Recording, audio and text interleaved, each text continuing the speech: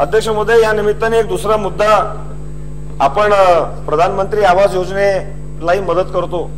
प्रधानमंत्री आवास योजना एक flagship programme पंतप्रधानांनी सुरू केला आहे आणि सन 2022 सालपर्यंत आपल्याला सर्वांना ही घरं निर्माण करून द्यायची आहेत। या प्रधानमंत्री आवास योजनेच्या गाईडलाईन्स मध्ये एक महत्त्वाची तरतूद आहे अध्यक्ष महोदय, ज्याचा लाभ मुंबईकरांना होऊ शकतो। अध्यक्ष महोदय, या गाईडलाईन्स मध्ये स्पष्टपणे असे निर्देश दिलेले आहेत की केंद्र सरकारच्या जमिनी देशभरात ज्या ज्या ठिकाणी असतील, मग त्या केंद्र सरकारच्या वेगवेगळ्या खात्यांच्या असतील किंवा अंडरटेकिंगच्या असतील, महामंडळांच्या असतील, जर का केंद्र सरकारच्या मालकीच्या कुठल्याही जमिनीवर झोपडपट्टी असेल तर त्या झोपडपट्टी वासियांची इन सिटू रिहॅबिलिटेशन साठीची एक पीपीपी धर्तीवर, प्रायव्हेट पब्लिक पार्टनरशिपच्या धर्तीवर योजना बनवावी, अशा सूचना या गाईडलाईन्सच्या माध्यमातून केंद्र सरकारने दिल्या आहेत। मात्र अद्यापही याची अंमलबजावणी कुठेही झालेली नाही आणि मुंबईमध्ये आज मोठ्या प्रमाणावर केंद्र सरकारच्या जमिनीवर जे झोपडपट्टीवासी राहतात, जे झोपडपट्टी पुनर्वसनापासून वंचित आहेत,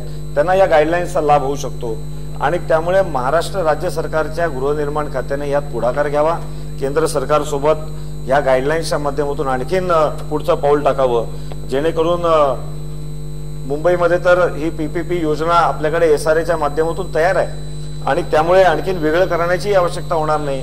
फक्त केंद्र सरकारच्या या गाईडलाईन्स ज्या आहेत त्या जर का धोरणांमध्ये परिवर्तित झाल्या तर त्याचा आपल्याला लाभ होईल। आपण त्याच्यामध्ये पुढाकार घ्यावा अशी माझी शासनाला या निमित्ताने विनंती।